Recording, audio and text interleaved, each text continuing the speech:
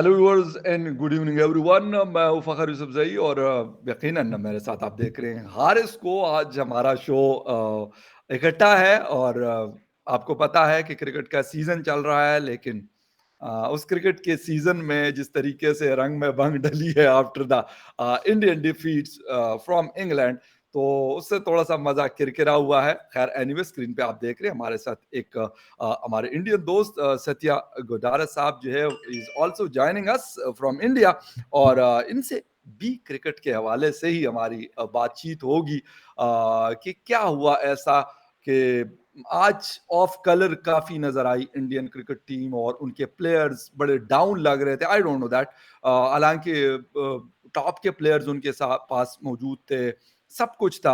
और 10 विकेट्स का जो हारना है 10 विकेट से, मेरे ख्याल में वो हजम नहीं हो रहा। हालांकि मैच को हुए हुए तकरीबन 2-3-4 घंटे हो चुके हैं, लेकिन इसके बावजूद वो चीज़ हजम नहीं हो रही कि यार ये कैसे हो गया। हार भी होती है, गेम है, जीत भी होती है, गेम है। इंडिया ने इंग्लैंड को हराया भी होगा, बल्कि इंडिया ने इंग्लैंड को इंग्लैंड में हराया था अभी रिसेंटली, और जिसमें सूर्या कुमार यादव जी ने, स्काई ने बहुत अच्छी बैटिंग की थी। लेकिन आज क्या हुआ था कुछ समझ में नहीं आ रहा। पोस्ट मैच प्रेजेंटेशन थी इंडियन कैप्टन रोहित शर्मा की, तो उन्होंने कहा कि हमने प्रॉपर चैनल पे बॉल नहीं किया जहां पे हमें करना चाहिए था। उन्होंने मनोज कुमार की भी बात की, उन्होंने चाहल कह रहा हूँ, दूसरे जो उनके बॉलर थे अर्शदीप वगैरह और शामी और बाकी लोग, उन सब की बात की। लेकिन एक तो इंडियन फैंस ऐसा लग रहा है, क्योंकि अभी मैं थोड़ी देर पहले ट्विटर पे देख रहा था, तो काफ़ी गुस्से में है।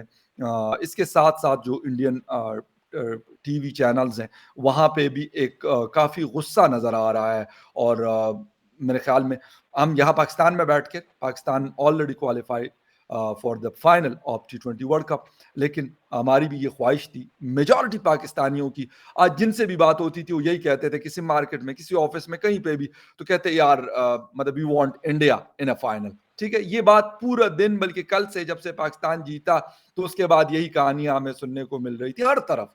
और इंडियन दोस्तों से भी जब बात हो रही थी तो वो भी यही कह रहे थे। लेकिन अनफॉर्चुनेटली ऐसा हो नहीं सका। इसकी वजूहत क्या है? मैं और हारिस साथ हैं, लेकिन जो हमारे गेस्ट हैं, एक और गेस्ट ने भी हमें थोड़ी देर में ज्वाइन करना है। तो एक तो सत्या जी, क्या हुआ था ऐसा? आज ऐसा लग रहा था कि इंडिया की टीम नहीं है, बल्कि एक बड़ी आम सी कुछ टीम खेल रही है जो टॉप 12 में या इस तरह की पोजीशन पे खेल रही होती, ऐसा लग रहा था। क्या वजह थी आज?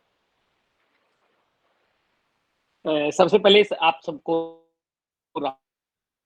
जो आक्रोश है, मैं भगवान से प्रार्थना करूंगा कि पाकिस्तान ये वर्ल्ड कप जीते, क्योंकि अंग्रेजों ने हमारे ऊपर इतने साल से वो हुकूमत की है, तो उनको कहीं ना कहीं हम 1947 से एक ही थे, और भगवान ने चाहा तो हम आगे भी एक होंगे। मेरी भगवान से प्रार्थना है, भगवान राम से। तो ठीक है, मैं आगे भी चाहता हूँ। लेकिन गलतियां ये हुई कि इंडिया के पास में, मैंने आज सुबह एक ट्वीट किया था कि इंडिया के पास में ओपनर नहीं है। जो ओपनर है वो बहुत कंजर्वेटिव है। इंडिया के पास में स्पिनर जो है वो टीम के अंदर नहीं है। इंडिया के पास में हम्म। ऑलराउंडर नहीं है, और इंडिया के पास में फिनिशर नहीं है, और इंडिया के पास में वो एक्सपीरियंस फास्ट बॉलिंग नहीं है कि जो सामने वाले को टीम में दबाव में डाल सके। और हमारी अप्रोच जो इंडियन क्रिकेट की थी है, वो अभी भी वनडे वाली अप्रोच है। हम T20 नहीं खेल रहे पावर प्ले के अंदर। वो पावर प्ले का फेलियर होना ही सबसे बड़ी फेलियर हुआ है हमारा। और हम चलो हार से सीखेंगे। जी चौधरी साहब, ये भी पावर प्ले बताए का कि फेलियर बिगेस्ट। जी चाहल और कुलदीप की ज़्यादा बातें हो रही थी, स्पेशली चाहल की। अभी कल वाले शो में भी अभिषेक साहब ये बोल रहे थे कि चाहल जो है वो थोड़ा सा उनको साइड लाइन किया हुआ है इंडियन टीम ने, लेकिन उसका जो फायदा है वो अपोनेंट टीमें लेगी। जिस तरह चाहल को बाहर बिठा दिया है गया है, तो कितना ये इस टूर्नामेंट में पूरे कितना नुकसान दिया हुआ है इंडियन टीम को? बहुत बड़ा, बहुत बड़ा। आप देखिए आज राशिद ने जिस तरीके से बॉलिंग किया, और आपके पाकिस्तान के शादाब जिस तरीके से बॉलिंग कर रहे हैं, यहाँ पे वरिष्ठ स्पिनर का या फिर गुगली या जो लेग स्पिनर है उसका बहुत बड़ा रोल है। और हमारे पास में सबसे बड़ा जो अनिल कुंबले के बाद में जो लेग स्पिनर आज के दिन हमारे पास में है, वो चाहल है, और हमने उसको बेंच में बिठाए रखा है। कहानी ये रहा कि हमने एक माइंड सेट में चले गए कि हमें तो इसी पैम्पलेट में जाना है, और वही हमारे लिए नुकसान का कारण हो गया कि आज के दिन इंडिया सेमीफाइनल से बाहर हो गया। माइंडसेट था, वो बड़ी प्रॉब्लम थी कि हम लेग स्पिनर को नहीं खिलाएँगे। राइट। अच्छा जी, एक तो हमारे साथ हमारे दूसरे जो गेस्ट हैं अली शेर, मतलब he is like a cricket pundit, बड़े फ़ेमस हैं। पहली दफ़ा उनके साथ मुलाकात हो रही है, लेकिन यकीनन उनका जो एक्सपीरियंस है और जिस तरीके से वो बात करते हैं, सत्या जी जिस तरीके से आप प्रिडिक्शन करते हैं और बहुत सारी सही साबित होती है। तो सेम लाइक दैट जो अली शेर पंडित है हमारे साथ अभी जॉइन कर रहे हैं, तो उनका भी इसी वजह से फेमस है सोशल मीडिया के ऊपर कि वो भी जब प्रिडिक्ट करते हैं तो उसमें मेजॉरिटी चीजें जो है वो सही साबित होती है। सबसे पहले तो अली शेर साहब को वेलकम करेंगे। Welcome to the show Ali भाई। जी, मेरी तरफ से आपको बहुत-बहुत सलाम, और जो हमारे इंडियन दोस्त हैं उनको भी सलाम। थैंक राम राम यू भाई वेरी साहब, राम मच। राम। बहुत राम राम भाई साहब। बहुत शुक्रिया आपका। अच्छा जी, अली शेर साहब एक तो ये बताइएगा कि अभी हमारे साथ जिस तरीके से हम बात कर रहे हैं, हमने सत्या जी से बात की कि क्या हुआ था, बड़ी टीम जो है ऑफ कलर नजर आई आज हमें इंडिया की। ऐसा नहीं लग रहा था कि ये इंडिया की टीम है, बल्कि ऐसा लग रहा था कि ये शायद किसी मतलब बिल्कुल आम सी टीम है। हुआ क्या था आज इंडियन टीम को? हालांकि हमने टूर्नामेंट में एक मैच के अलावा जो साउथ अफ्रीका के खिलाफ खेली थी, उसके अलावा बाकी मैचेस अच्छे खेले थे, लेकिन इस तरह हारना क्या बनता है?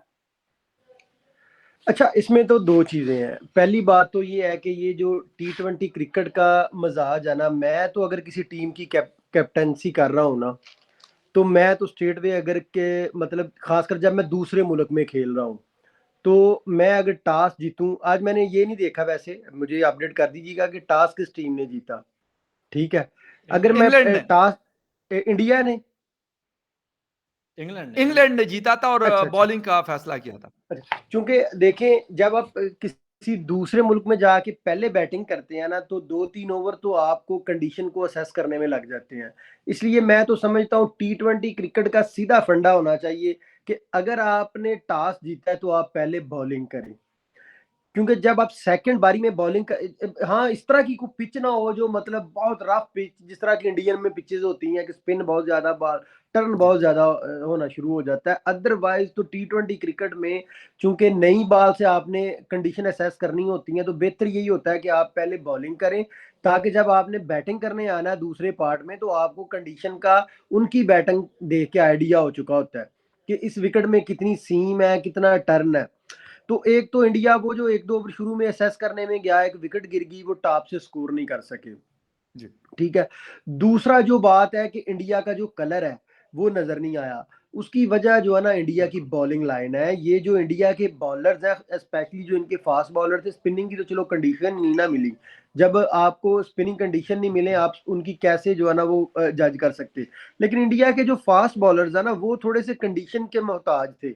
जैसे मतलब उनका वो जो लेफ्ट आर्म है, पेसर है, वो उसकी अगर आप देखें तो वो बड़ी जोर से मारता नहीं है, वो छोड़ता है बाल को, एयर में छोड़ता है। जी। तो इसका मतलब है कि वो बंदा जब बाल को एयर में छोड़ता है, वो सीम करवाता है, ठीक है। तो जब उसे सीमन कंडीशन मिलेंगी, तो वो अर्शदीप जो है वो कामयाब होगा, और वो पाकिस्तान के खिलाफ कामयाब हुआ हुआ भी है। उसने मतलब दुनिया के टॉप नंबर 1 बैट्समैन को पकड़ लिया था पहले ओवर में ही अपने में, बिल्कुल। बाबर को, ठीक है।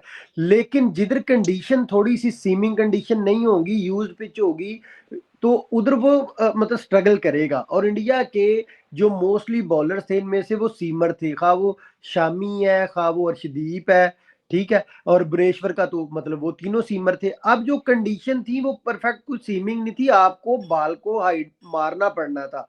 तो इंडियन बॉलर में मैं समझता हूँ वो इन तीनों फास्ट बॉलर में बॉल को पटकने वाली कैपेसिटी ही नहीं थी, जी। ठीक है। उसकी वजह ये है कि इंडिया जो है ना, वो उनका जो और जो टूर्नामेंट जीते जाते हैं, ये बड़ी क्रिकेट की मशहूर कहावत है कि आप अच्छी बैटिंग करके एक मैच जीत सकते हैं, अच्छी बैटिंग आपको मैच जितवाती है, और बेशक। अच्छी बॉलिंग जो है ना मुकम्मल आपकी, वो आपको टूर्नामेंट जितवाती है, ठीक है। जबरदस्त। तो ये जबरदस्त। वो चीजें थी जो लैग कर रही थी। तो देखें, पाकिस्तान इंडिया की बॉलिंग का ये हिसाब लगाएं कि जिस दिन इंडिया का पाकिस्तान के साथ मैच था, जैसा कि मैंने आपको कहा कि सीमिंग कंडीशन थी शुरू में, हालांकि पाकिस्तान को झटके भी लगे, लेकिन चूंकि फिर इंडिया की बॉलिंग में जान नहीं थी, जब फोर्स का टाइम आया, जब पाकिस्तानी प्लेयर्स ने फोर्स किया, तो फिर वो अच्छा खासा टारगेट कर गए, 160 पे चले गए, और उस पिच के मुताबिक 160 विनिंग टारगेट था। और पाकिस्तान ने बॉलिंग के दौरान इंडिया के ऊपर डोमिनेट किया। वो तो मैं समझता हूँ विराट कोहली के 2 जदुई एक्सेप्शनल इनिंग थी उनकी। हाँ, मतलब अगर देखें, हालांकि मैंने एक ट्वीट की थी, वो लोग मतलब बड़ी वो फेमस भी हुई कि मैंने 1 दर्जन ट्वीट की थी, लेकिन बड़ी क्लियर कट की थी कि पाकिस्तान इंडिया के मैच में पाकिस्तान 3 पेसर से जाएगा, और चौथे पेसर की वजह ना खिलाने की वजह से पाकिस्तान मैच हार जाएगा। और बिल्कुल ऐसा हुआ। लेकिन इसके बावजूद मैं समझता हूं कि पाकिस्तान ने जो उसमें जो टर्निंग पॉइंट था वो विराट कोहली के 2 छक्के थे, कि वो हारिस उसको, मतलब ये मैं कोहली से को क्रेडिट नहीं वापस ले रहा, कोहली ने बहुत क्लास की शॉट मारी, लेकिन 150 वाला बॉलर अगर मतलब ऊपर तले 2 स्लोअर 1 कर जाता है, तो वो थोड़ा सा मतलब समझ से बाहर था, जिसका पाकिस्तान को नुकसान उठाना पड़ा। और जो इंडिया की मेन रीजन है वो मैंने आपको यही बताया है कि उनकी जो बॉलिंग लाइन है वो उसमें उस तरह की, मतलब ये सीमर थे जो इंडिया लेके गया हुआ था। एक मैच में उनको सीमिंग विकेट मिली पाकिस्तान के खिलाफ, उन्होंने पाकिस्तान इंडिया को मैच जितवा दिया। बाद में जो विकेटें मिली हैं सारी वो पेसर वाली विकेटें मिली हैं उनको, आज भी पेसर वाली विकेट थी। कल देखें पाकिस्तान को विकेट मिली न्यूजीलैंड के खिलाफ, पेसर्स वाली यूज्ड पिच थी, मतलब आपको फास्ट बाउंसर्स करने थे, यार्कर्स करनी थी, और आपको कटर करने थे। ठीक है, तो पाकिस्तान के पास चूंकि फोर्स करने वाले 140 प्लस के बॉलर थे, उन्होंने फोर्स किया और जो है ना पाकिस्तान को जिता गए। और इंडिया के पास चूंकि वो फोर्स नहीं थी, इसलिए हमारे हमसायों को जो है ना वो आज वापस आना पड़ा। राइट, एक और भी दोस्त हमारे हमें ज्वाइन कर गए, डॉक्टर एहसन खान नियाजी, उनको वेलकम करेंगे, और वो ट्रेवल कर रहे हैं, लेकिन इसके बावजूद उन्होंने हमें ज्वाइन किया, तो thank you very much for that. Doctor Ehsan, एक तो ये बताइएगा कि आज मैच हुआ बड़ा, बहुत एक्सपेक्टेशंस थी, यकीन करें कि पाकिस्तान तो कल जीत गया था, उस तरफ से तो पाकिस्तान सिक्योर था, और जो आवाम थी वो यही चाह रही थी कि इंडिया जीत जाए, लेकिन इंडिया हारा, और जिस तरीके से हारा, यकीन नहीं आता कि यार इस तरह भी हार सकते, इतनी बड़ी टीम इंग्लैंड से हारी और 10 विकेट से हारी। अस्सलाम वालेकुम फखर भाई, आपको भी सलाम। और जी वालेकुम अस्सलाम। मैं बकायदा इंटरनेशनल जाना ਹੁੰਦਾ है, एक इंग्लैंड ਦੇ ਮੁੰਡਾ एक इंडिया। जी जी, अस्सलाम वालेकुम, सबको सलाम, जितने भी दोस्त बैठे हैं। तो वाकई एक अनएक्सपेक्टेड था कि इतनी वन साइडेड गेम होगी सेमीफाइनल में, लेकिन इंडिया क्योंकि डिपेंड कर रहा था भुवनेश्वर कुमार और अर्शदीप पे, वो अर्ली स्ट्राइक कर रहे थे, तो उसके बाद उनकी बॉलिंग वापस आती थी हर मैच में। लेकिन पावर प्ले में जब बटलर ने और हेल्स ने उनका आउट प्ले कर दिया, तो उसके बाद वो संभल ही नहीं सके। तो मेरे ख्याल में अर्ली स्ट्राइक पे जो डिपेंड कर रहा था अपने दोनों बॉलर्स पे, उन्होंने वो नहीं किया, तो उसके बाद बाकी जो बॉलर्स हैं वो तो उनके पीछे ही कुशन कर रहे थे। तो ये मेन एक टर्निंग पॉइंट था इंडिया के लिए, वरना टारगेट इतना बुरा नहीं था। टारगेट ये था कि आपका डिफेंडेबल टारगेट था, और एक फाइटिंग टोटल था 170 के 168 169 का टारगेट। तो मेरा जाती ख्याल ये है कि पावर प्ले में मिस कर दिया, और यही पावर प्ले ही की गेम होगी जो पाकिस्तान और इंग्लैंड के फाइनल में होगी। अगर तो शाहीन अफरीदी इनके ओपनर्स को और साथ एक आध और खिलाड़ी को म्यूट कर देता है पावर प्ले में, तो पाकिस्तान ले जाएगा। मेरे ख्याल में पावर प्ले डिसाइड करेगा फाइनल भी। अर्ली ऑन स्ट्राइक जो है, आपके कहने का मतलब यही है कि जिस तरीके से गुज़िश्ता दिन हमने सिडनी के अंदर स्ट्राइक किया हमारे बॉलर्स ने, हालांकि पहले टॉस हमने हारा और उन्होंने बैटिंग का फैसला किया, तो ऐसे लग रहा था कि शायद मुश्किल हो जाएगी पाकिस्तान को, लेकिन पाकिस्तान कर गया उसको। सजिया जी, आप कुछ कहना चाह रहे थे? हाँ, मैं यही कहना चाह रहा था कि इन्होंने पावर प्ले की बात की। मैं 2003 का वर्ल्ड कप जो ऑस्ट्रेलिया के साथ के अंदर फाइनल हुआ था इंडिया का, मैं वहां से आपको रिमाइंड करा रहा हूँ कि किसी लिमिटेड ओवर के अंदर पावर प्ले बहुत महत्वपूर्ण, और कोई भी जो आपका सेमीफाइनल या फाइनल है वो लास्ट ओवर में डिसाइड नहीं होता है, वो आपके पहले 15 से 20 मिनट के अंदर डिसाइड हो जाता है कि वो किस लेवल पे चल रहा है। आपने देखा कि अभी न्यूजीलैंड का और पाकिस्तान को सेमीफाइनल था, तो वो उसका रिजल्ट ये नहीं कि आप पाकिस्तान 18वें ओवर में जीता है, इस तरह 17वें ओवर में जीता, हम्म। उसका रिजल्ट पहले 2 ओवर के अंदर फाइनल हो चुका था, 2 या 3 ओवर के अंदर फाइनल हो चुका था, जब न्यूजीलैंड के 2 विकेट जल्दी चले गए। सेम आज हुआ, आज वाले मैच के अंदर भी भारत का रिजल्ट इंडिया भी जीतेगा हारेगा ये लास्ट तक नहीं चला कि वो 168 वो पहले 15 मिनट से 20 मिनट के अंदर ही जब केएल राहुल आउट हो गए और उसके बाद में रोहित से और इसने कोहली ने जिस तरीके से बैटिंग की, तो वहां से रिजल्ट फाइनल हो गया था कि इस मैच का रिजल्ट क्या होना। ठीक है, हो सकता था कि जैसे कल न्यूजीलैंड ने क्या किया था, पाकिस्तान के 2-3 विकेट जल्दी ले लिए थे, लेकिन अंतिम रिजल्ट ये था कि वो हार गए थे। तो आपका कोई भी महत्वपूर्ण मैच है वो पहले 15 से 20 मिनट के अंदर फाइनल हो जाता है उसका रिजल्ट। बहुत कम मैच ऐसे होंगे जो इंपॉर्टेंट मैच होंगे जहां पे आप अंतिम टाइम तक देखो। राइट। अच्छा, लेकिन वो किसी भी टूर्नामेंट के वर्ल्ड कप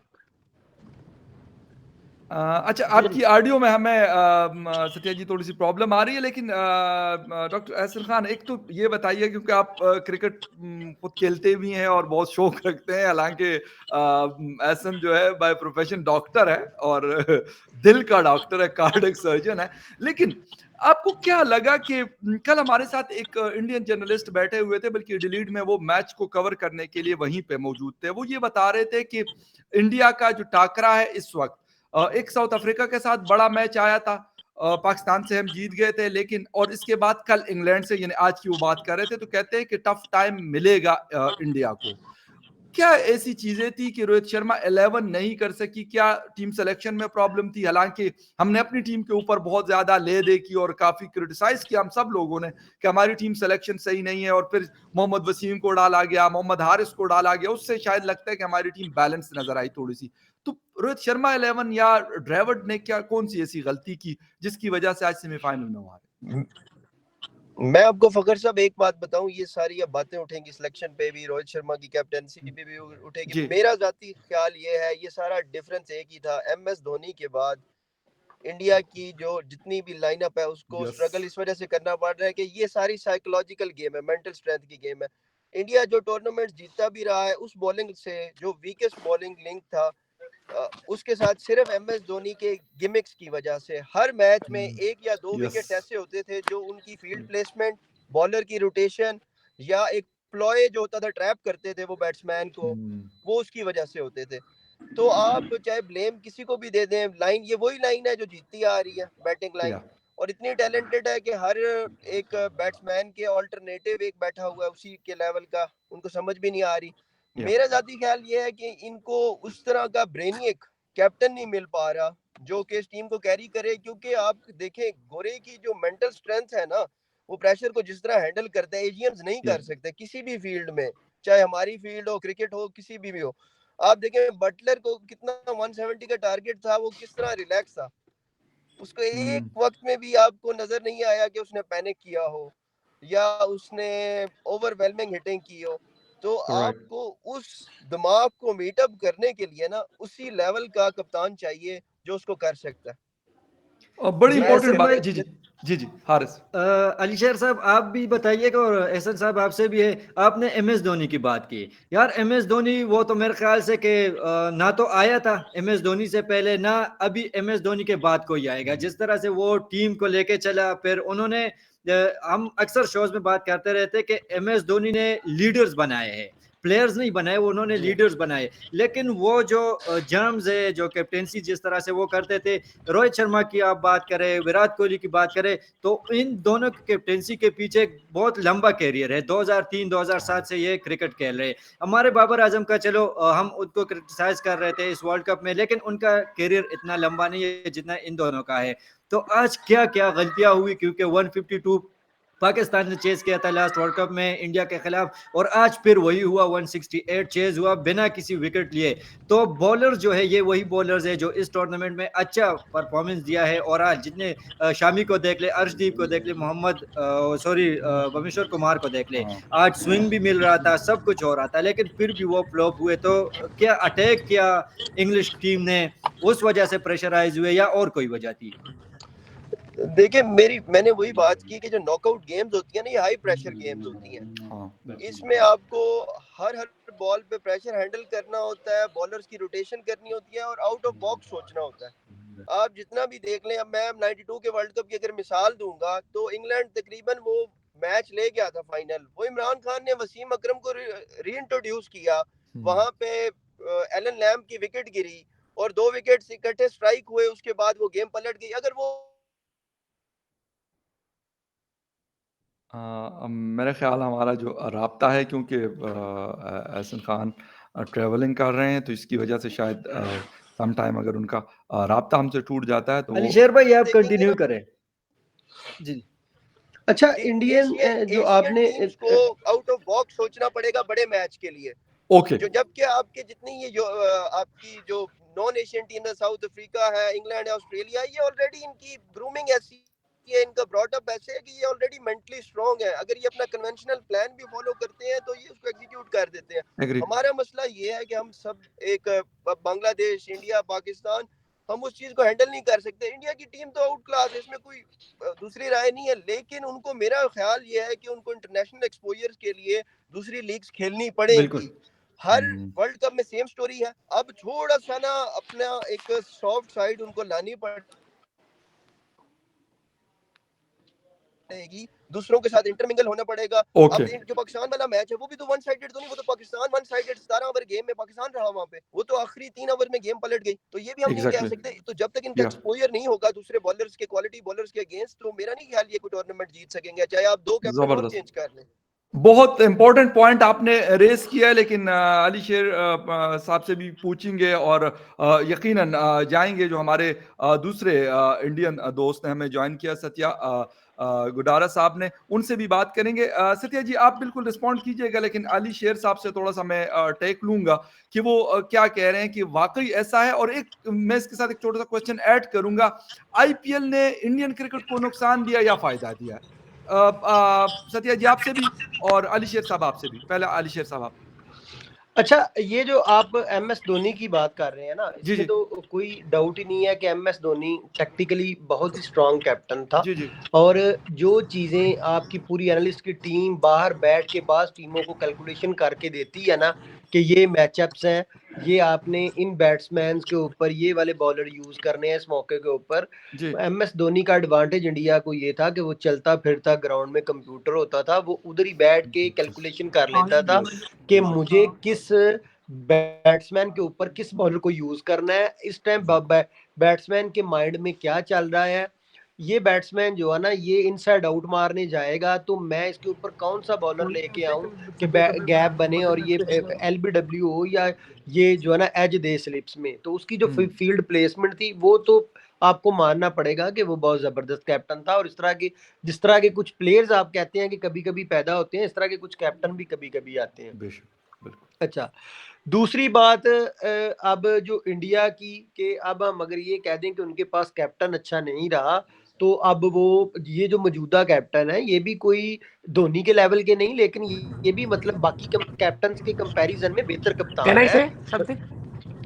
रोहित शर्मा या आप ले लें विराट कोहली, ये कोई बाबर आजम या जो इंग्लैंड के कैप्टन है उनसे कोई मतलब ये कोई माठे कैप्टन नहीं है उनसे। लेकिन वजह फिर वही है कि देखें, बाज दफा कैप्टनी ठीक है, आपकी कैप्टनसी रोल प्ले करती है, लेकिन स्किल्स भी तो चाहिए ना। कैप्टन ने जो प्लान देना है उनको इम्प्लीमेंट करने के लिए आपके बैट्समैन या बॉलर्स में वो स्किल्स चाहिए। तो मैंने जैसे पहले भी कहा कि मुझे ये जिस तरह की ये कंडीशन है, एक वर्ल्ड लेवल पे compete करने के लिए बॉलिंग लाइन को जो स्किल सेट चाहिए वो कमी नजर आ रही है इंडियंस के बॉलर में। कि अगर इनको सीमिंग विकेटें मिलती तो शायद ये अर्शदीप और भुवनेश्वर कुमार compete करते, लेकिन जब इनको यूज्ड पिच मिली है जिधर इनको पटकना पड़नी थी बॉल, ठीक है, इनको कटर्स करने पड़ने थे और स्पीड के साथ करने पड़ने थे, तो वो उधर इनका चूंकि वो स्किल सेट नहीं है, वो उस लेवल की इनके पास स्पीड नहीं है, तो ये फिर लिमिटेशंस है इनके स्किल्स में, तो ये मतलब उधर जाके एक्सपोज हो गए। तो यही सारी स्टोरी है। अच्छा, डॉक्टर हसन एक तो ये बताइएगा कि आईपीएल ने फायदा ज्यादा दिया इंडियन क्रिकेट को या नुकसान ज्यादा दिया, आपका टेक इस पे? देखिए, कुछ ब्लंट फैक्ट्स हैं जो अब इंडियन मीडिया को भी एक्सेप्ट कर लेने चाहिए। आईपीएल नो डाउट सबसे बड़ी लीग है, कमर्शलाइज्ड है, लेकिन उसकी वजह से आपने ये क्या किया कि आपने 1.5 महीना अपने प्लेयर्स को आईपीएल पे लगा दिया और बिग बैश लिमिट कर दी। PSL of course political issues है, रीजन है, उसकी वजह से लिमिट कर दी। बाकी लीग्स आपने लिमिट कर दी, ठीक है, आप उनको अच्छा एक हैंडसम पे कर रहे हैं, लेकिन मुझे ये बताएंगे एक्सपोजर कहाँ से आएगा? एक्सपोजर आपको भी पता है कि जो सबसे क्वालिटी बॉलिंग है ना, बैटिंग की नहीं मैं बात करता, वो पीएसएल की है। जो इनोवेटिव शॉट्स हैं, सबसे ज्यादा जो नया टैलेंट आपका मिलता है वो आपका इसमें बिग बैश में मिलता है। तो हर लीग की अपनी एक स्पेशलिटीज है। आप जब वो सारी खेलेंगे तो उसमें आपके पास सत्या जी आपकी तरफ आ रहा हूं, जो डिफरेंट सिचुएशन को हैंडल कर सकेंगे। बाकी आईपीएल की जाहिर सी बात है, एक बड़े प्लेयर्स वहां आते हैं हर मुल्क से, लेकिन मेरा नहीं ख्याल डिफरेंट कंडीशंस आपको मिलती हैं खेलने के लिए। सिर्फ एक लीग पे आप लिमिट करके आजकल की इतनी फास्ट क्रिकेट है उसमें नहीं खेल सकते। आपको मैं वेस्ट इंडीज की मिसाल देता हूँ कि उन्होंने अटैकिंग क्रिकेट वाली पॉलिसी अपनाई, जो रोहित शर्मा की भी थी, उन्होंने 2 वर्ल्ड कप उसमें निकाल लिए। लेकिन जो अब इतनी वैरायटीज आ गई, बॉलर के बाद नकल बॉल कर रहे हैं, कटर कर रहे हैं, पेस वेरी कर रहे हैं, ऑफ साइड यॉर्कर कर रहे हैं, अब उसको हैंडल करने के लिए उनके पास स्किल्स नहीं थे वेस्ट इंडीज के क्रिकेटर्स के पास, अब वो क्वालिफाई भी नहीं कर पा रहे। तो मेरा ख्याल में लिमिट नहीं करना चाहिए। आईपीएल ऑफ कोर्स नुकसान तो नहीं कह सकते, क्रिकेट जो भी होगी वो फायदा ही देगी और किसी चीज को नुकसान तो नहीं दे सकती कोई भी, लेकिन लिमिट करना नुकसानदेह है। अच्छा सत्या जी आप कमेंट करना चाह रहे हैं प्लीज? हाँ, मैं भी ये कह रहा था, पहले आपका जो मेरे यहाँ पे नेटवर्क का थोड़ा प्रॉब्लम है, तो बीच में चला गया था मैं। अभी आपने जो बोला कि माही के बाद में, हमारे एमएस धोनी के बाद में, जी कि वो अच्छे कैप्टन थे, लेकिन हमें उससे आगे बढ़ना पड़ेगा, क्योंकि सचिन तेंदुलकर एक बार होगा दुनिया में, वसीम अकरम आपके पास में एक बार आए, इमरान खान एक बार आए, लेकिन वो आगे आपको मूव ऑन किए ना, तो हमें एमएस धोनी से आगे मूव ऑन करना होगा। और पिछला वर्ल्ड कप है जो आप 2021 का वर्ल्ड कप, जो लिमिटेड ओवर वर्ल्ड कप था, वहां पे हमने क्या किया था कि एमएस धोनी को हम एज ए मेंटर लेके आए थे, लेकिन हम क्या हुआ था कि जो पहला मैच हारे और बाहर चले गए। अभी इस बार पाकिस्तान भी पहला मैच हारी, लेकिन उन्होंने पैनिक नहीं किया और अंत तक गए। तो हमें धोनी ठीक है, बहुत बढ़िया कैप्टन थे, हमें हर फॉर्मेट में नंबर 1 बनाया, और एकमात्र वर्ल्ड के अंदर ऐसे कैप्टन होंगे जिनके पास 3-3 ट्रॉफियां होंगी। चैंपियंस ट्रॉफी थी, T20 वर्ल्ड कप था, और वनडे भी था। उससे आगे बढ़ना पड़ेगा। हम पास्ट में कभी नहीं जी सकते, हमें प्रेजेंट के अंदर जीना होगा। प्रेजेंट के अंदर हमारे पास क्या है? प्रेजेंट के अंदर है हमारे पास आईपीएल। आईपीएल में क्या होता है कि हमने एक तो इंडियन प्लेयर को आईपीएल के अंदर लिमिटेड कर दिया है कि आईपीएल के अलावा कहीं जाएंगे नहीं, बाहर के लोग आते हैं खेलते हैं। अब आईपीएल में क्या होता है कि आप बहुत बड़ा पैसा जो मनी है ना, बहुत ज्यादा मैटर करती है। लीग इतनी हो गई कि उनका मतलब आपका एक फुटबॉल टीम के बराबर के उनके पैसे आ रहे हैं। तो हर फ्रेंचाइजी का ओनर ये चाहता है कि उसका काम कम से कम टीम के अंदर हो। आज हमने केएल राहुल को देखा, ऋषभ पंत भी कप्तान है अपनी फ्रेंचाइजी के, राहुल कोहली ने पिछली बार छोड़ दिया, पांड्या भी अपनी फ्रेंचाइजी कप्तान है। तो वहां से प्रेशर होता है, और वहां और इंडिया को रिप्रेजेंट करने में बहुत ज्यादा फर्क है। वो उस चीज को हम साइड नहीं समझ पा रहे हैं, और वो प्रेशर हैंडल नहीं कर पा रहे। आईपीएल में क्या होंगे, आपको 2 इंटरनेशनल फास्ट बॉलर मिलेंगे आउट एंड स्टैंड, 2 इंडियन, एक इंडियन मिल जाएगा आपको आउट एंड, लेकिन उसके बाद में जो आपको 8 ओवर जो मिलेंगे वो एक लल्लू पंजू बॉलर के मिलेंगे, और वहां पे आपको 60-60 मीटर की बाउंड्री बना के आपने मार दिए चौके छक्के, वो हीरो बन गए। वो नहीं चलने वाला। जबरदस्त, ये बड़ा। दूसरा जी आप दूसरा में एक था लीडिंग इन फ्रंट, भाई धोनी आया, धोनी अच्छा, एक दफा फिर उनका राब्ता हमसे टूट गया सत्या जी का। लेकिन जी अली शेर, आप कुछ कहना चाह रहे हैं? अच्छा, मैं आपको आईपीएल के ऊपर कमेंट करना चाह रहा था। जी प्लीज। देखें, एक तो हमारी उसके साथ कंपटीशन है हमारे पाकिस्तान में, मतलब लोग उसके बारे में थोड़ा हार्श कमेंट भी कर देते हैं लीग के बारे में। चले एज ए पाकिस्तानी तो ठीक है, लेकिन जब आपने क्रिकेट पे बात करनी है ना कि इंडिया को, आप मुझे बताएं, एक पाकिस्तानी नौजवान लड़का जो हम बात अक्सर करते हैं कि जी हमारी बॉलिंग क्वालिटी बेहतर है, उधर नहीं बेहतर, तो उसमें एक चीज हमें जरूर रखनी चाहिए मद्देनजर कि जो हाँ, पाकिस्तान की चूंकि डोमेस्टिक में फास्ट बॉलिंग की क्वालिटी अच्छी है, तो उस बदौलत पीएसएल में भी फास्ट बॉलिंग की क्वालिटी बेहतर होती है। लेकिन जो दुनिया के बड़े फास्ट बॉलर है, क्या आपको मार्क वुड पीएसएल में मिलता है? क्या आपको नोकिया पीएसएल में मिलता है?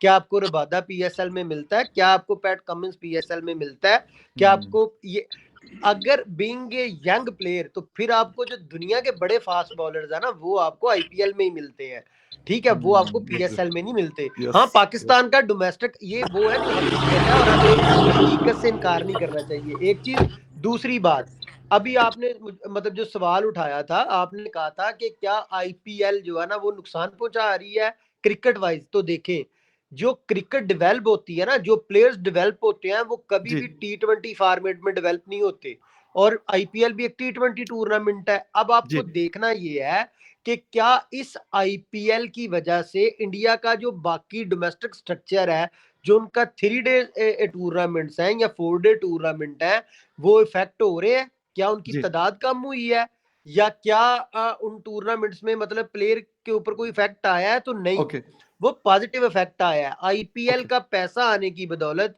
जो प्लेयर 3 डे मैच खेलता था या 4 डे मैच खेलता था, उसकी फीस इंक्रीज हुई है। अगर वो 2 लाख लेता था, तो उसे अब 5 लाख मिलता है उधर। तो इसका मतलब है कि आईपीएल ने इंडियन क्रिकेट के ऊपर पॉजिटिव इफेक्ट डाला है। बाकी बोर्ड या इंटरनेशनल क्रिकेट को अगर ये भी आप कह लें कि नेगेटिवली इफेक्ट किया है, तो वो ठीक है, उधर तक बात आप कर सकते हैं, वो एक अलग डिबेट है। लेकिन इंडियन क्रिकेट के ऊपर उनका पॉजिटिव इंटरेस्ट है। हाँ, वो जीत नहीं पा रहे, तो वो इंडिया में एक नेचुरल रहा है। इसकी अब आप बेशुमार जो है ना वो वजह बता सकते हैं कि इंडिया में उस लेवल के या उस तरह के फास्ट बॉलर आज नहीं, शुरू से ही नहीं पैदा हो रहे। बिल्कुल, अब मीडियम पेसर उनके पास हुआ करते थे। हाँ, जब से मीडियम हम पेसर। इरफान और पठान एक की और बात चीज है, करते हैं, उनसे इंडिया पहले के की पास बात इस करते हैं। टूर्नामेंट में आने से पहले एक बॉलर था जो इन्फोर्सर था, ठीक है, बुमराह, जसप्रीत सिंह बुमराह। जसप्रीत आप बुमराह। मुझे बताएं कि अगर पाकिस्तानी टीम में इसी तरह, और हमारे पास भी जो एक वर्ल्ड क्लास बैट्समैन है वो बाबर आजम है, अगर बाबर आजम किसी बड़े टूर, इस वक्त जो अब पाकिस्तान की सिचुएशन है, अगर किसी बड़े टूर्नामेंट में जाने से पहले अल्लाह ना करे बाबर आजम हमारे साथ ना हो, तो हमारी टीम की मेंटल मतलब किधर खड़े होंगे हम, फैन भी और टीम भी।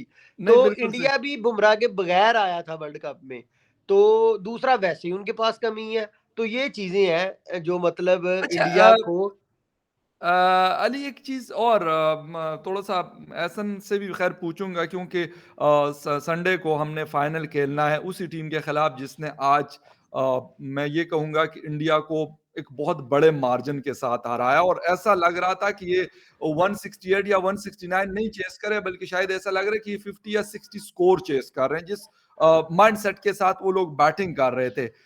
लेकिन डॉक्टर हसन, एक तो ये बताइएगा कि हमने क्या प्लान किया हुआ है या क्या प्लान करना पड़ेगा जॉस बटलर को, एलेक्स हेल्स को रोकने के लिए? बॉलिंग उनकी मैं कहूंगा ठीक है, बॉलिंग हमारी भी बुरी नहीं है और उनकी भी अच्छी बॉलिंग है, लेकिन बैटिंग का बहुत बड़ा डिफरेंस है। जिस तरीके से आज हमें बैटिंग नजर आई है इंग्लैंड की, वो तो ऐसे लग रहा है कि पता नहीं कोई बॉल उनको मिलती है तो वो जाके लॉन्ग ऑन पे छक्का मार दिया, चौका मार दिया और सिंगल डबल कर लिया, और मतलब उस मुश्किल मैच को बिल्कुल नॉर्मलाइज करके आसान बना दिया। मैं बात करूं? जी फखर साहब, आप जी एक मिनट, ऐसा बॉलिंग में बैटिंग में डेप्थ बहुत ज्यादा। जी ये आप बात करें।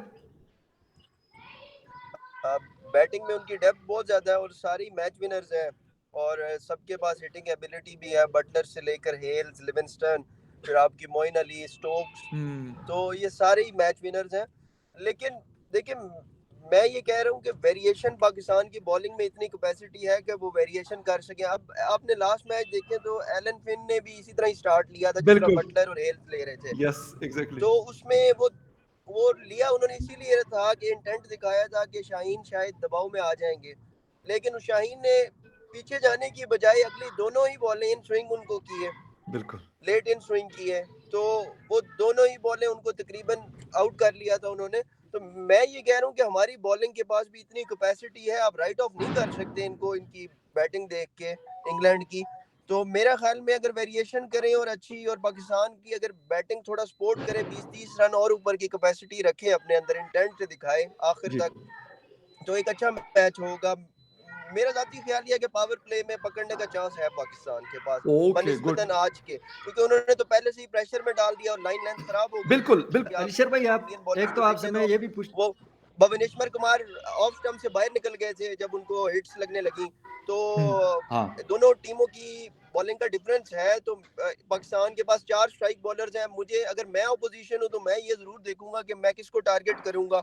आपके पास 20 ओवर्स हैं, तो आप 5 बॉलर्स 20 ओवर पूरे कर सकते हैं ना। मैं शाहीन को कर सकता हूँ इतने आसानी से। बैड डे किसी का भी आ सकता है, किसी भी बिल्कुल बॉलिंग का आ सकता है, लेकिन अगर मैं सोचूं प्लान करूं तो मैं शाहीन को टारगेट करूं, नसीम शाह को टारगेट करूं, हारिस रऊफ जो इन फॉर्म है उसको टारगेट करूं, या शादाब को टारगेट करूं, या वसीम जो यॉर्कर मार रहा है उसको टारगेट करूं। या ये 20 नवाज ओवर को तो यही पूरे हो गए, लेकिन बैड डे आ सकता है किसी भी बॉलिंग पे। एग्जैक्टली लेकिन पाकिस्तान की बॉलिंग के पास इतनी कैपेसिटी है कि इंग्लैंड को रिस्ट्रिक्ट कर सके, इंग्लैंड को अंडर प्रेशर ला सके। गुड मेरा ख्याल में इंशाल्लाह ये नेल बाइटर होने जा रहा है और इंशाल्लाह पाकिस्तान ही जीतेगा। जबरदस्त अच्छा जबरदस्त जी जी मैंने भी एक पूछना था जो कि हमारा कल सेमीफाइनल हुआ है न्यूजीलैंड के साथ, और जिस स्ट्रेटजी के साथ पाकिस्तान टीम गया था, आपने अभी शाहीन की बात की कि उन पे अटैक किया लेकिन वो पीछे नहीं हटे, उन्होंने उसी तरह से पकड़ के रखा पूरे जितने भी अगर फील्डिंग में देखे, बैटिंग में देखे, बॉलिंग में देखे,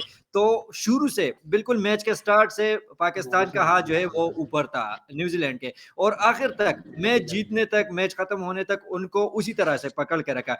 तो कल इंग्लैंड जो है संडे को इंग्लैंड से जब हमारा सामना है, एक बड़ा मैच है और टीम को जो है पूरी जान मारनी चाहिए, वो इस वजह से कि ये आखिरी मैच है, बड़ा मैच है और हिस्ट्री क्रिएट होगी इसके बाद। तो किस स्ट्रेटजी से जो न्यूजीलैंड के खिलाफ अपनाई थी उसके साथ जाना चाहिए, थोड़ा सा रद्दोबदल करना चाहिए स्ट्रेटजी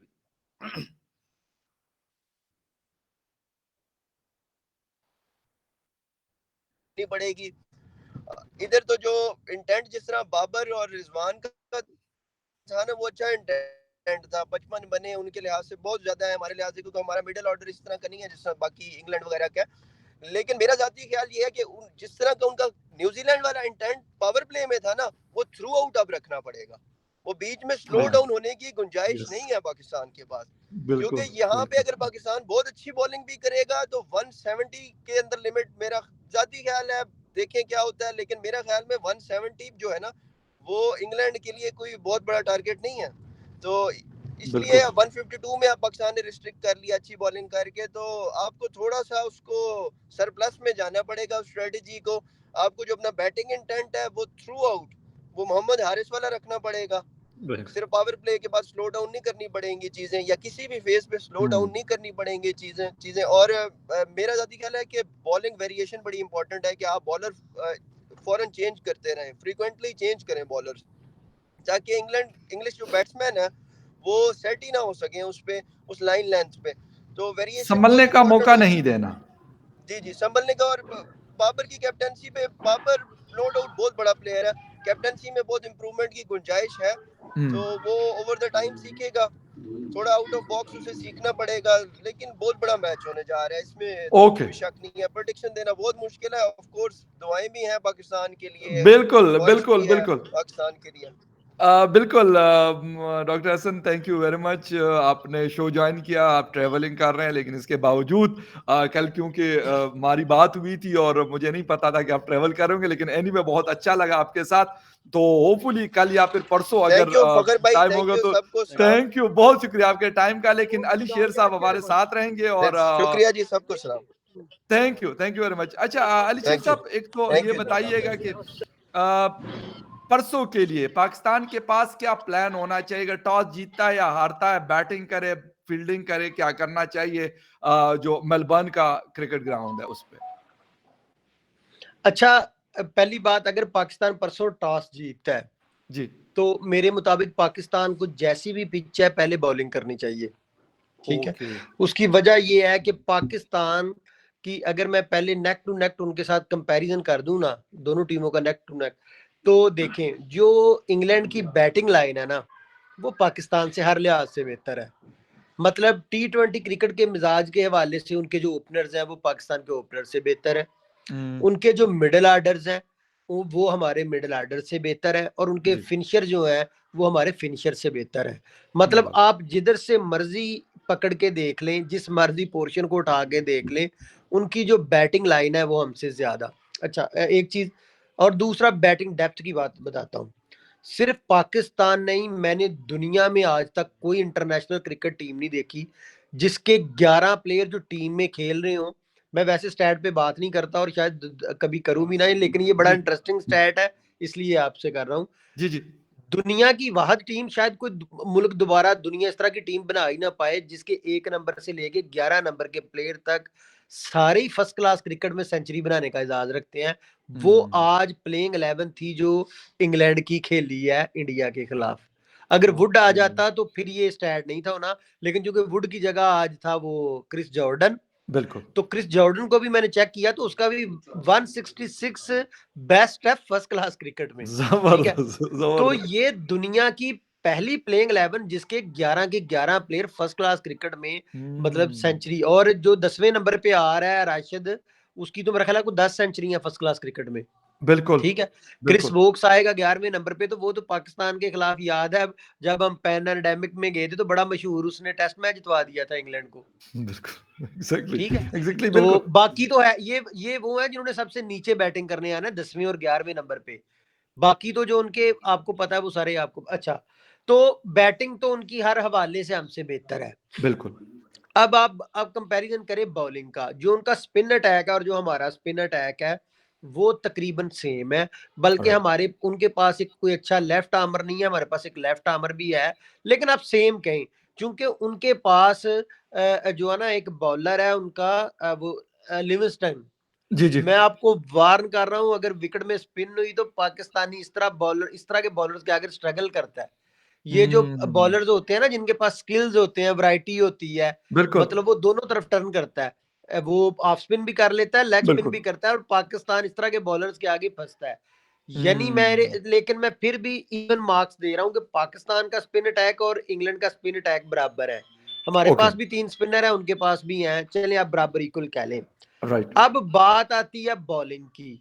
इंडिया के पास जो मतलब फास्ट बॉलर्स है ना, 2 अच्छे, वो 2 है उनके पास, लेकिन हमारे पास 4 फास्ट बॉलर्स हैं जो 140 प्लस है, और हमारा फास्ट बॉलिंग अटैक उनसे बेहतर है, एग्जैक्टली उनसे बेहतर है हमारा फास्ट। लेकिन पाकिस्तान के बॉलिंग अटैक में एक खामी है जो मैं पहले भी कहता हूं, और मैं वो ये है कि अगर आपको सीमिंग विकेट मिलती है जहां नई बॉल सीम हो रही हो, ठीक है, तो आपका इस टाइम सिर्फ एक बॉलर है जिसकी बॉल सीम हो रही है, वो शाहीन है। आपका नसीम शाह बॉल को सीम नहीं करवा पा रहा। वो आप अगर देखें तो चौथे और 5वें ओवर में कटर मारना शुरू हो जाता है। और एक बात लिख ले, अगर कोई बॉलर पहले दायरे के 2-3 ओवर में कटर्स कर रहा है, स्लो कर रहा है, तो उसका मतलब है वो बॉल सीम नहीं करवा पा रहा। सीमर तो कभी भी कटर नहीं मारेगा, बिल्कुल नहीं मारेगा। ठीक है, बिल्कुल तो चूंकि जो कटर है वो आपने हाथ से करना होता है, इन द एयर करना होता है, बैट्समैन पिक कर लेता है जल्दी। और जो आपने सीम करनी होती है, सीम तो आपने ऑफ द पिच करनी होती है, उसे रीड करना मुश्किल होता है, उसे खेलना मुश्किल होता है। तो अगर एक बॉलर सीम करवा रहा है तो वो क्यों, आपको शाहीन कभी पहले ओवरों में स्लोअर कटर नहीं मारता नजर आएगा, हत्ता कि कोई बैट्समैन बहुत ज्यादा अटैक कर दे उसके ऊपर, तो फिर ठीक है। तो ये एक है, मुझे लगा था जो पाकिस्तान की सीरीज हुई थी ना इंग्लैंड के खिलाफ, अभी पाकिस्तान में नए बॉल के साथ जिस बंदे ने सबसे अच्छी बॉलिंग की थी वो हसनैन था। लेकिन चूंकि अब हम फाइनल में आ गए हैं, अब वो अब हमारे प्लान में नहीं है, तो अब चूंकि हमने इसी से जाना है, लेकिन फिर भी दूसरा अच्छा सीमर ना होने के बावजूद मैं समझता हूं पाकिस्तान का जो फास्ट बॉलिंग अटैक है वो इंग्लैंड से बेहतर है। अब पाकिस्तान के चांसेस किस तरह बन सकते हैं कि पाकिस्तान पहले बॉलिंग करे और हमें पहले 3-4 ओवर में कोई एक आधी सक्सेस मिले, हम पावर प्ले में उनको कंट्रोल करें। क्योंकि पावर प्ले में, ये मैं बार बार इसलिए कहता हूं कि पावर प्ले में पाकिस्तान की बॉलिंग पे अटैक हो सकता है क्योंकि आपके पास एक अच्छा बॉलर है। अगर हम पावर प्ले अच्छा निकाल गए तो फिर इंग्लैंड, ये जो टीमें एक्स्ट्रा अग्रेसिव खेलती है ना, ये फंस भी जाती हैं, क्योंकि उनके बैट्समैनों को इस तरह मिजाज नहीं है कि वो लंबा लेके चले, जिस तरह विलियमसन चल सकता है या बाबर चल सकता है, वो मारने जाते हैं। तो जब आप ऐसे बॉलर्स को मारने जाएं आगे जिनके पास स्किल्स है, जैसे कि आपका हारिस रऊफ है, जो वसीम जूनियर है ना, वो साइड डाउन एक्शन है उसका, वो जब 140 पे बॉल करता ना तो उसकी बॉल, यार्कर्स तो और भी लोग करते हैं, लेकिन इसकी बॉल डिप करती है, मतलब इन द एयर जाके ना अचानक नीचे को जाती है और बैट्समैन को हिट करना मुश्किल होता है। तो पाकिस्तान के जो बॉलर्स हैं इनके पास, और वसीम जो है, सॉरी, ये जो नसीम है, ये ओल्ड बॉल के साथ ये भी बड़ी अच्छे कटर करता है। हाँ हाँ तो अगर इंग्लैंड पहले 6 ओवर में इन्फोर्स ना कर सका, तो फिर जब वो बार में करने की कोशिश करेंगे तो वो पकड़े भी जाएंगे और फिर एक पैनिक बटन क्रिएट होगा और चांसेस हैं कि पाकिस्तान उनको 150 160 के अंदर अंदर पकड़ ले। बिल्कुल जब ठीक। पाकिस्तान जी जी 150 160 के अंदर उनको पकड़ेगा तो जैसी भी पिच होगी, जैसी भी इंग्लैंड का बॉलिंग अटैक है, बेसिकली फिर एक इत्मीनान सा पाकिस्तान टीम में आ जाता है, क्योंकि आपके जो दोनों टॉप परफॉर्मर है जो नंबर 1 पे रह चुके हैं अभी रिसेंटली दोनों, बिल्कुल ये उनका कंफर्ट जोन है 150 160। यस फिर वो बड़े, आपको जब भी टारगेट 160 का 150 165 के नीचे टारगेट मिलेगा, आपको बाबर और रिजवान बहुत कॉन्फिडेंट नजर आएंगे। ये बिल्कुल फिर चूंकि इनकी रेंज है ये, और अगर इससे ऊपर जाता है 180 तक तो फिर पाकिस्तानी टीम थोड़ी सी मतलब, स्ट्रगल लेकिन कर सकती है। हमारे जीतने के चांसेस ये हैं। लेकिन अगर आप एक लाइन में मेरे से पूछें तो जी इंग्लैंड की जी टीम फेवरेट है। राइट पाकिस्तान टीम को ये मैच जीतने के लिए अपनी कैपेसिटी से बेहतर खेलना पड़ेगा बिल्कुल ठीक। और इंग्लैंड को अपनी कैपेसिटी से थोड़ा सा कम नीचे खेलना पड़ेगा बहुत खिलवाना पड़ेगा। बिल्कुल ये तो नहीं हम कह सकते कि कम खेलना पड़ेगा उनको, ये कह सकते हैं कि अपनी मजबूर कैपेसिटी से करना थोड़ा पड़ेगा कम हमें उनको इस चीज के खिलवाना ऊपर पड़ेगा। उनको कि वो अपनी जो उनकी कैपेसिटी है, जिस तरीके से हमने एलन फिन को या कॉनवे को हाँ। या फिर फिलिप्स को हमने पकड़ा, तो इस तरीके से हमें इनके जो हार्ड हिटर्स हैं उनको लेकिन एलन फिन जी वाली जो बात है ना, वो इनके मुकाबले में बहुत ही इनएक्सपीरियंस क्रिकेटर था। वो ठीक तो अभी बिल्कुल यंग लड़का है ना, जिस तरह हमारा बिल्कुल हारिस है। तो इनके जो 2 ओपनर्स हैं ये तो ऑल ओवर द वर्ल्ड, मतलब दुनिया की कोई लीग नहीं, कोई मुल्क नहीं, और इनका अच्छा खासा फर्स्ट क्लास का, और दोनों टेस्ट प्लेयर रह चुके हैं, बिल्कुल हेल्स भी बिल्कुल और बटलर भी। बटलर भी इसलिए ये बिल्कुल उनके मुकाबले में बहुत ही मतलब मैच्योर टीम है। एक्सपीरियंस न्यूजीलैंड के पास सिर्फ 2 प्लेयर थे जिनको हमने पकड़ना था कि अगर ये पकड़ेंगे तो न्यूजीलैंड 160 के ऊपर नहीं जाएगा। एक था उनका एलन फिन और दूसरा था फिलिप्स, और बिल्कुल फिलिप्स लकीली हमने दोनों को बड़ा टाइमली पकड़ लिया। पावर प्ले के अंदर अंदर हमने उनकी विकेट जो है जी, वो हासिल उसको कर ली पावर और प्ले में पकड़ लिया, और उसको अभी आते ही एक कट मारी थी उसने सिर्फ शदाब को, तो हमने पकड़ हाँ लिया, नवाज के अगले ओवर में वो पकड़ा बिल्कुल गया। तो इनको मतलब जो है ना वो पकड़ने के लिए आपको बड़ी स्ट्रेटजी के साथ जाना बिल्कुल होगा। ठीक लेकिन जी यही जी है, मुझे जो बेस्ट चांसेस यही लगते हैं, क्योंकि इनकी बॉलिंग के खिलाफ अगर हम सोचें कि किसी विकेट पे हम पहले खेल के 180 190 करें तो वो जरा थोड़ा मुश्किल लगता है। खैर क्रिकेट है, बिल्कुल कुछ भी हो सकता खैर है। एनीवे लेकिन ये क्रिकेट है, गेम है और अच्छा खेलना पड़ेगा, पॉजिटिव क्रिकेट खेलनी पड़ेगी जिस तरह न्यूजीलैंड के खिलाफ खेली, जिस तरह साउथ अफ्रीका के खिलाफ मतलब हमारी परफॉर्मेंस थी, उसके हवाले से भी यही कहा जा रहा था, यकीन नहीं था। और जिस तरीके से हमने इंडिया के खिलाफ भी पॉजिटिव क्रिकेट खेली, गो कि वो मैच हम हारे थे, लेकिन पाकिस्तानी जो प्लेयर्स थे उन्होंने जान मारी थी और वो बहुत नजर भी बेहतर ग्राउंड में आ क्रिकेट रहा था। इंडिया के खिलाफ हमने बहुत बेहतर क्रिकेट खेली थी सिवाय हरसरौफ की 2 बॉल्स के। बिल्कुल, वो हो जाता है और हाँ विराट कोहली जिस तरीके से एक आउटस्टैंडिंग बैटिंग थी उनकी है, करते हैं वो, एक सुपरस्टार है और हो जाता है, कोई भी बॉलर जो है वो फँस सकता है। मिचेल बिल्कुल स्टार्क बिल्कुल जैसा बॉलर और ब्रिटली को हमने देखा और मिगरा को मैंने देखा था जिसके ऊपर ऑस्ट्रेलिया का गालिबन सिडनी में था जब अब्दुल रज़ाक ने उसको 5 चौके एक ही ओवर में लगाए बिल्कुल थे। बिल्कुल। तो होता है, ये मसले मसाइल होते हैं। सत्या जी, टाइम हमारा खत्म है, लेकिन आप क्योंकि बार-बार आपका इंटरनेट उड़ रहा होता है, तो प्लीज लास्ट कमेंट अरे कीजिएगा, हाँ उसके बाद हाँ वाइंड अप है। हाँ हाँ जी, जी प्लीज। लास्ट में यही है कि अभी आपने देखा जाए तो मुझे ये जो वर्ल्ड कप का फाइनल होगा वो पाकिस्तान की बॉलिंग वर्सेस इंग्लैंड बैटिंग होगा। ओके, बाकी चीजें तो और उसके अंदर ये है कि मुझे जो लग रहा है मैं अपर हैंड रखूंगा पाकिस्तान की बॉलिंग को, क्योंकि आपके पास में जो साइंसा अफरीदी है जो बॉल डाल रहा है, जो वो क्या हुआ कि इंडिया के खिलाफ मैच था उसके अंदर वो इतना फॉर्म में नहीं था, क्योंकि आप किसी इंजर्ड प्लेयर को एकदम लेके आओगे बिल्कुल, तो बिल्कुल। वो उतना नहीं कर पाएगा, अच्छा नहीं कर पाएगा। लेकिन जिस तरीके से उसने सेमीफाइनल जैसे सेमीफाइनल में न्यूजीलैंड के खिलाफ कम जो बैक किया। गेंदबाजी की, कमबैक किया और क्या शानदार पहले पहले ओवर के अंदर उसने पहले ही बोला था कि ये वर्ल्ड कप आपका कोई भी ये पूरा मैच नहीं होता है, ये 15 मिनट का गेम होता है, पहले बिल्कुल, 15 मिनट जो जीत गया वो जीत गया। और उन्होंने अफरीदी ने वो मैं आपके लिए वो किया, जिता दिया। बेशक, बिल्कुल इसमें और कोई अभी शक नहीं मैं है। यदि मुझसे पूछा जाए तो ये 70-30 पाकिस्तान के फेवर के अंदर फाइनल होना चाहिए। चलें, थैंक और you I very will support much the Pakistan. Satya ji and best of luck for team Pakistan. Alisher Pandit ji, thank you very much. Doctor Ehsan Khan Niazi, मैं thank you very much for joining the show. Fakhar Yousafzai and Haris will be signing from now from here, और यकीनन आपसे दोबारा किसी और live show में मुलाकात होगी, क्योंकि संडे को फाइनल है और अभी उसमें 2 दिन बाकी है। टीम जो है मेलबर्न के लिए रवाना हो चुकी है। तो will see you again, take care and bye, good night to all of you. Thank you, thank you, thank you very much.